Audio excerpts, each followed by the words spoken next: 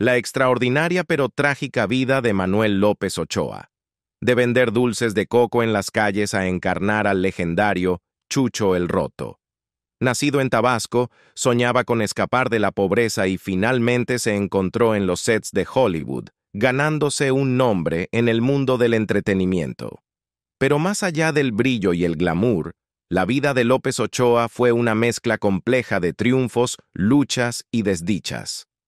Únete a nosotros mientras exploramos los altibajos y las historias no contadas de la vida de Manuel López Ochoa, y descubrimos el legado de un hombre cuyo talento brilló intensamente pero cuya vida terminó en tristeza.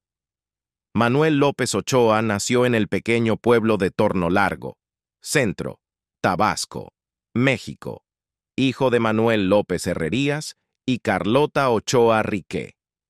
Como único hijo de la familia, la infancia de Manuel dio un giro dramático cuando su padre abandonó a la familia cuando él tenía solo 8 años. Dejados a su suerte, el joven Manuel tuvo que asumir responsabilidades adultas mucho antes que la mayoría. Trabajó incansablemente en el rancho de su madre, realizando tareas como ordeñar vacas, sembrar maíz y gestionar otras labores agrícolas. Trágicamente, las luchas de la familia se profundizaron cuando las deudas bancarias no pagadas llevaron a la subasta de su propiedad, dejándolos sin tierra. Con solo 19 años, Manuel se convirtió en el cabeza de su hogar, que incluía a su abuela materna, su madre y 2 nanas. Esto obligó a la familia a mudarse a Villahermosa, la capital de Tabasco, donde Manuel aceptó diversos trabajos para mantener a sus seres queridos. Con la ayuda de familiares y amigos, consiguió trabajo como vendedor ambulante en una tienda de mercancías generales. En 1954, el destino intervino de manera inesperada. Mientras caminaba por la calle Sáenz en Villahermosa, Manuel se topó con XEBT, la primera estación de radio comercial en Tabasco, que se encontraba en proceso de instalación. Allí conoció a Aldo Eros Mancini, el gerente de la estación, quien vio potencial en Manuel y le ofreció un trabajo como conserje en la radio. Agradecido por la oportunidad, Manuel pronto demostró ser indispensable. Su dedicación y carisma le valieron un ascenso a vendedor de publicidad, donde también comenzó a transmitir comerciales. Con el deseo de abrazar por completo esta nueva carrera, Manuel se dio cuenta de que necesitaba credenciales formales para avanzar en la industria. En ese momento, cualquier persona que quisiera transmitir desde una cabina de radio debía contar con una licencia oficial de locución. Decidido a tener éxito, Manuel viajó a la Ciudad de México para estudiar y presentar el examen requerido por la Secretaría de Comunicaciones y Obras Públicas. Durante su tiempo en la Ciudad de México, fue testigo de la fusión, en 1955, de los 3 primeros canales de televisión del país, que formaron Telesistema Mexicano. Este desarrollo innovador en las comunicaciones lo inspiró profundamente, sembrando la semilla para una fascinación de toda la vida por el poder de la televisión. Sin embargo, su creciente interés por este nuevo medio tuvo que esperar, ya que regresó a Villahermosa, donde continuó perfeccionando sus habilidades como locutor en XEBT. Estos años le brindaron una experiencia invaluable detrás del micrófono y le ayudaron a refinar su voz y estilo de presentación. Después de unos años de ahorro y con el apoyo inquebrantable de su madre, Manuel regresó a la Ciudad de México, esta vez con un sueño audaz: convertirse en locutor de televisión. En ese momento, ingresar a este campo no era tarea fácil. Los locutores debían dominar no solo sus guiones, sino también poseer un vasto conocimiento general para manejar transmisiones en vivo y sin guión. La mayoría de los programas se transmitían en vivo, y solo unos pocos se grababan en kinescopio, una tecnología que grababa los programas para fines archivísticos. Esto significaba que los locutores necesitaban una memoria aguda, pensamiento rápido y una presencia frente a las cámaras impecable. La determinación de Manuel finalmente llamó la atención de Emilio Azcárraga Milmo, una figura clave de la televisión mexicana. Después de meses de persistencia, Azcárraga le dio la oportunidad de unirse a un equipo de locutores de élite, que incluía a gigantes de la industria como Pedro Ferriz Santa Cruz, Humberto G. Tamayo, León Michel y Ángel Fernández. Rodeado de estos profesionales experimentados, Manuel se lanzó a perfeccionar su oficio. Trabajó incansablemente para neutralizar su acento regional, mejorar su modulación de voz y desarrollar una impecable presencia frente a las cámaras. Su arduo trabajo dio frutos cuando consiguió su primer gran contrato de patrocinio como la cara de pasta de dientes Colgate en su campaña La Sonrisa Colgate. Este avance marcó el comienzo de una prolífica carrera en la publicidad, donde también promovió marcas como Camisas Aurrera, bebidas carbonatadas y nuevos modelos de autos, además de narrar noticias, realizar entrevistas y presentar transmisiones remotas. En 1958, los esfuerzos de Manuel fueron reconocidos cuando se le otorgó el título de Mejor Locutor, una distinción que resaltó su creciente popularidad y habilidad. Como el receptor más joven de este honor, se convirtió en un nombre familiar, particularmente cuando fue elegido para presentar el primer programa de rock and roll de México, Rock 730.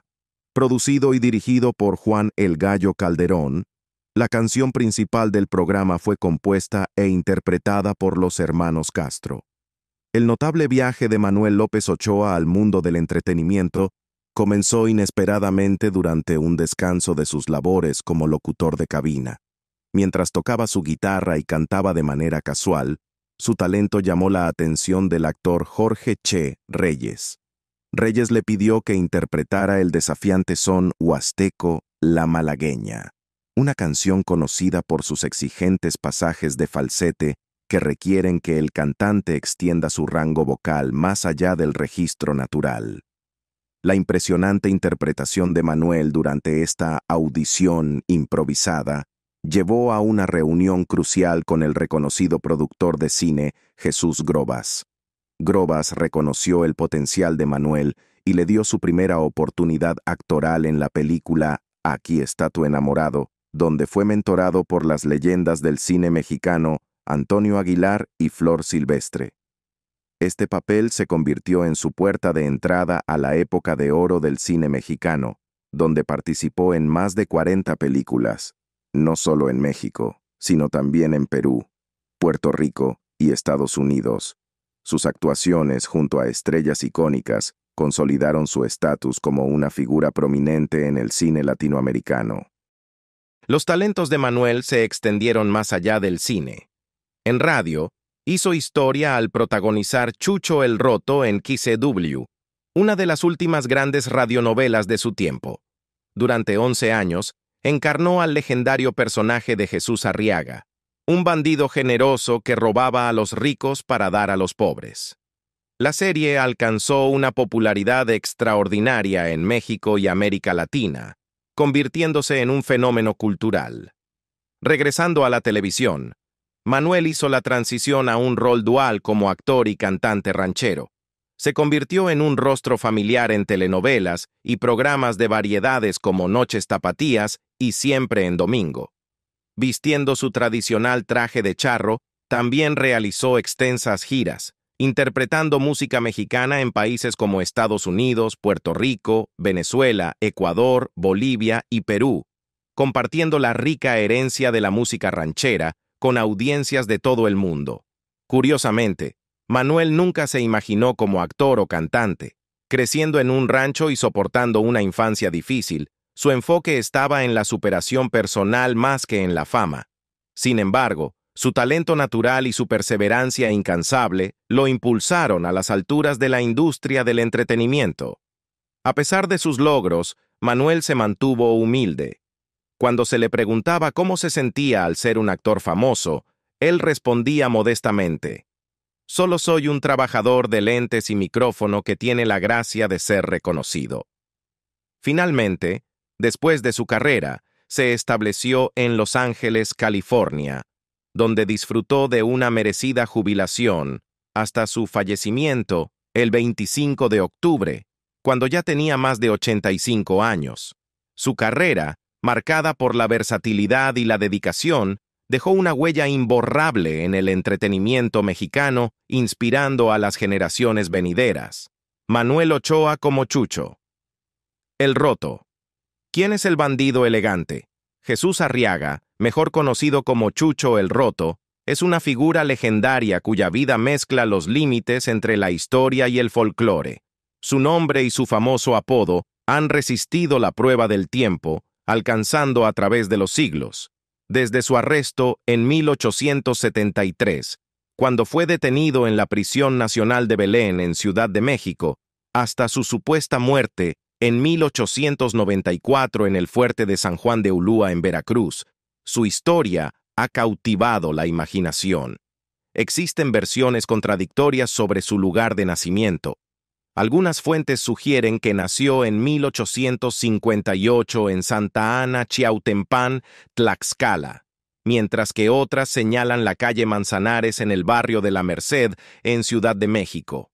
A pesar de los detalles variados, la mayoría coincide en algo.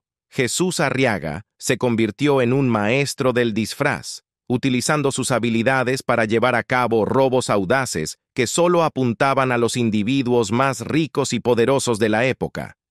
Sin embargo, sus acciones no eran totalmente egoístas. Ganó gran admiración por compartir una parte de su riqueza robada con los pobres, lo que le permitió ganarse una considerable popularidad entre las clases bajas. En cuanto al apodo Chucho el Roto, existen varias teorías sobre su origen.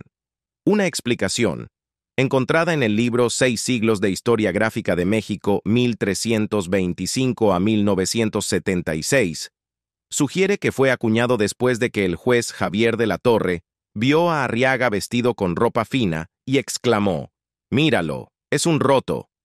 En la jerga de la época, un roto se refería a alguien que, a pesar de tener recursos limitados, se vestía de manera refinada y a la moda, adornado con trajes lujosos, sombreros elegantes, bastones, zapatos de charol y camisas almidonadas. Esta imagen del forajido apuesto y bien vestido solo aumentó su mística y encanto, convirtiéndolo en una figura tanto temida como admirada. En Curiosidades y Anécdotas de la Historia de México, se señala que durante el gobierno de Porfirio Díaz, hubo un fuerte impulso por pacificar el país a toda costa.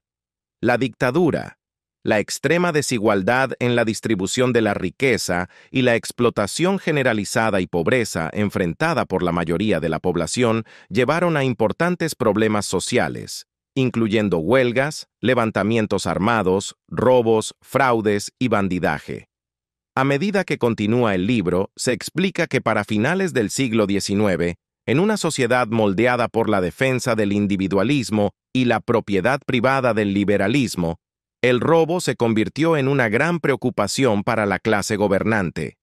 Dada la pobreza generalizada, el robo era un delito común, y las penas por ello variaban de 1 mes a 4 años de prisión, dependiendo del valor de lo robado. A pesar de la creciente vigilancia y las penas más severas, estas medidas no lograron controlar ni reducir efectivamente el crimen. En Población y Sociedad, México, se observa que a medida que crecía el crimen real, también aumentaba la atención que recibía en obras especializadas, literatura y los medios de comunicación. Para atraer a los lectores, los informes policiales se hicieron más comunes, y las historias de crímenes crecieron más largas y detalladas. Este libro continúa describiendo la figura del bandido como existente en algún lugar entre la protesta social y el crimen. Estos bandidos a menudo actuaban como vengadores y benefactores de los oprimidos, castigando acciones injustas y redistribuyendo su botín a los pobres. En ocasiones, simplemente desafiaban la autoridad y humillaban a los poderosos. Figuras como Heraclio Bernal, el Rayo de Sinaloa, Jesús Malverde, Santana Rodríguez, Santanón y Jesús Negrete, el Tigre de Santa Julia, encarnan este rol dual, convirtiéndose en símbolos tanto de rebelión como de resistencia contra los que estaban en el poder. Estos bandidos se convirtieron en figuras legendarias, cuyas historias aún se recuerdan e incluso se veneran hoy en día. A menudo fueron retratados con una narrativa común, una que evolucionó con el tiempo. Según el texto, se decía que se habían pasado al crimen debido a una injusticia, ya fuera haber sido acusados injustamente de robo, maltratados por terratenientes o soldados, o perseguidos por las familias de novias secuestradas. Capturarlos era difícil porque comunidades enteras a menudo los protegían.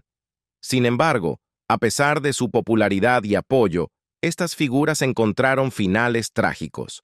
Fueron engañados, traicionados por recompensas y a menudo colgados en secreto o asesinados por sus captores en circunstancias misteriosas. Con el tiempo, sus historias se convirtieron en mitos, y muchos de ellos se transformaron en los sujetos de corridos, novelas y películas, como explica el libro Población y Sociedad, México. En Ciudad de México, en 1873, un año, hace 100 años de Salvador Novo, que recopila las memorias del gobernador del Distrito Federal, don Tiburcio Montiel, Chucho el Roto, es descrito como un hombre que vivía lujosamente, a menudo vestido con trajes finos y adornado con anillos y prendedores de diamantes caros. Se le conocía por burlarse de las autoridades, sobornando a los agentes encargados de capturarlo. A pesar de su riqueza e influencia, Jesús Arriaga fue finalmente arrestado y encarcelado el 9 de octubre de 1873. El periódico La Voz de México reportó su captura en su edición del 10 de octubre. Arresto. El famoso bandido Jesús Arriaga, conocido como El Roto, culpable de varios crímenes, fue capturado anteayer en esta ciudad por el coronel Demucio Reyes. El arresto de Jesús Arriaga, conocido como Chucho el Roto, también fue reportado por La Iberia en su edición del domingo 12 de octubre de 1873. El periódico lo describió como el jefe de una red criminal en la Ciudad de México, conocido por su aguda inteligencia, alta actividad y notable astucia. Según se reportó, Arriaga evadió la captura sobornando a la policía, y a pesar de su vida criminal, había logrado enriquecerse, vistiéndose como la realeza con ropa elegante. Se desconocía su dirección, e incluso sus colaboradores más cercanos no sabían dónde pasaba sus noches. Trabajaba con un hábil herrero que le proporcionaba las herramientas necesarias para sus robos, que organizaba en el Distrito Federal y estados circundantes. En resumen, La Iberia lo calificó como un personaje sacado directamente de una novela. Su nombre es Jesús Arriaga, y afortunadamente ahora está en prisión, concluyó el artículo. De manera similar, El Faro, en su edición del viernes 10 de octubre de 1873, reportó su arresto, señalando que Arriaga había sido puesto bajo custodia por el jefe de las comisiones de seguridad y fue colocado en confinamiento solitario en la cárcel de la ciudad. El informe también mencionó que Arriaga era un fugitivo de la prisión nacional y había cometido varios crímenes, cuyos detalles serían comunicados al gobierno. Pero la prisión de Arriaga no duró mucho. La Voz de México, en su edición del sábado 15 de mayo de 1875, reportó que el jueves 13 de mayo de 1875 se publicó una lista de prisioneros que se habían escapado de la prisión de Belén, siendo Arriaga el primero en la lista. Apenas 2 años después de su arresto, Jesús Arriaga logró escapar de la prisión general.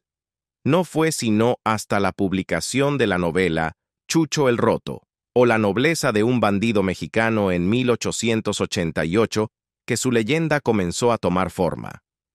El libro ahonda en las motivaciones detrás de la vida criminal de Arriaga, sus aventuras y las dificultades que sufrió durante su tiempo en prisión. La historia cuenta la vida de Jesús, un humilde ebanista que se enamora de Matilde, la hija de su empleador, el señor Frisac. Su hija, Dolores, nace poco después. Sin embargo, la familia de Matilde le impide ver a su hija, lo que lleva a Jesús a robarla, marcando el comienzo de su vida como fugitivo. Con los años, la línea entre la realidad y la ficción se desdibujó, y aspectos de la vida de Chucho el Roto se volvieron mitológicos. Si bien algunos detalles de su historia varían según la fuente, los elementos centrales permanecen consistentes. Un hombre pobre con gusto por la ropa fina, enamorándose de una mujer de familia rica y siendo acusado de robo. Su tiempo en prisión lo lleva a una vida de bandolerismo, pero con un código: robar solo a los ricos para dárselo a los pobres. En el libro 6 siglos de Historia Gráfica de México, 1325 a 1976, Jesús Arriaga es descrito como el más ingenioso y colorido de los ladrones en las últimas décadas del siglo XIX. Como ebanista, Arriaga tuvo la oportunidad de conocer a Matilde Frisac, una aristócrata, mientras trabajaba en unos tallados de cedro. Se enamoraron, y poco después tuvieron una hija llamada Dolores. Sin embargo, la familia Frisac se opuso rotundamente a la relación y tomó medidas para ocultar a la niña.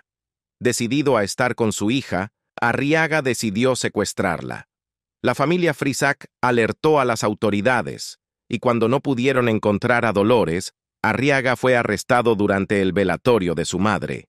Negó los cargos de secuestro y fue arrojado a la prisión de Belén, donde conoció a futuros cómplices como Margarito López, conocido como El Rorro, Juan Ramírez, El Changa, y Simón Palomo, El Fiera. Según el relato, Arriaga escapó más tarde de la prisión de Belén en un audaz movimiento, disfrazado con la ropa del doctor. Carrillo, el presidente de la Junta de Vigilancia de la prisión, completo con abrigo, sombrero y bastón, logró salir a plena luz del día.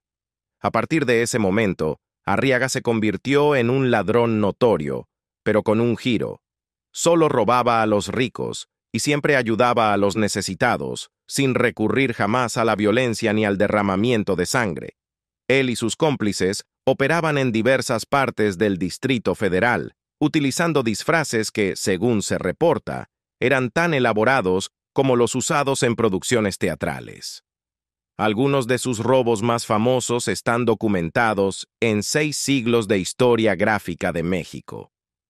Una historia cuenta cómo, anticipándose a la llegada del obispo de Linares, Arriaga, disfrazado de obispo, visitó la joyería Sorpresa y Primavera. Seleccionó los artículos más valiosos e instruyó a los joyeros para que los enviaran al Hotel San Carlos. Cuando la joyería fue entregada, nadie sospechó nada. Después de todo, ¿quién cuestionaría a un obispo? Arriaga y sus cómplices se fueron con los bienes. En otra ocasión, también vestido de obispo, Arriaga bendecía a los sirvientes de doña Romualda Rodríguez de la Vega. Mientras tanto, el Rorro y la Changa aprovecharon la distracción y robaron ricos joyas, collares de perlas y objetos incrustados con rubíes del altar de la Virgen. Durante su tiempo en la prisión de Belén, como se detalla en Chucho el Roto, o La nobleza de un bandido mexicano, Jesús Arriaga conoció a los hombres que eventualmente formarían su famosa banda de forajidos. Una infografía del Instituto Nacional de Antropología e Historia, INAH, afirma que Chucho el Roto robó una vez un reloj al presidente Porfirio Díaz, solo para devolvérselo personalmente más tarde. El INAH también señala que Arriaga fue encarcelado 2 veces en el fuerte de San Juan de Ulúa, donde, según la leyenda popular, encontró la muerte. Sin embargo, el instituto admite que no existe un registro oficial de su tiempo en el fuerte. Lo que se sabe es que Arriaga fue capturado en 1885, escapó y fue recapturado 9 años después, muriendo finalmente en la celda conocida como El Limbo, en 1894. San Juan de Ulúa, infame por su papel como prisión, fue una de las instituciones penales más notorias de su época. Como maestro del engaño, se dice que Chucho el Roto fingió su propia muerte. Algunos relatos sugieren que después de ser supuestamente enterrado en Veracruz, su cuerpo fue transportado a la Ciudad de México. Sin embargo, cuando se abrió su ataúd, se encontró lleno de piedras, no de sus restos. La leyenda de Chucho el Roto ha sido inmortalizada en la cultura popular, inspirando adaptaciones en la radio, cine, televisión e incluso en cómics. La serie de radio Chucho el Roto se transmitió durante 11 años, con unos 3.149 episodios. Cada capítulo era introducido por una voz distintiva que anunciaba la historia de un hombre que protegía a los pobres y luchaba contra la injusticia. Después de esto, el locutor presentaba al protagonista, la estrella de cine y cantante Manuel López Ochoa, en el papel de Chucho el Roto.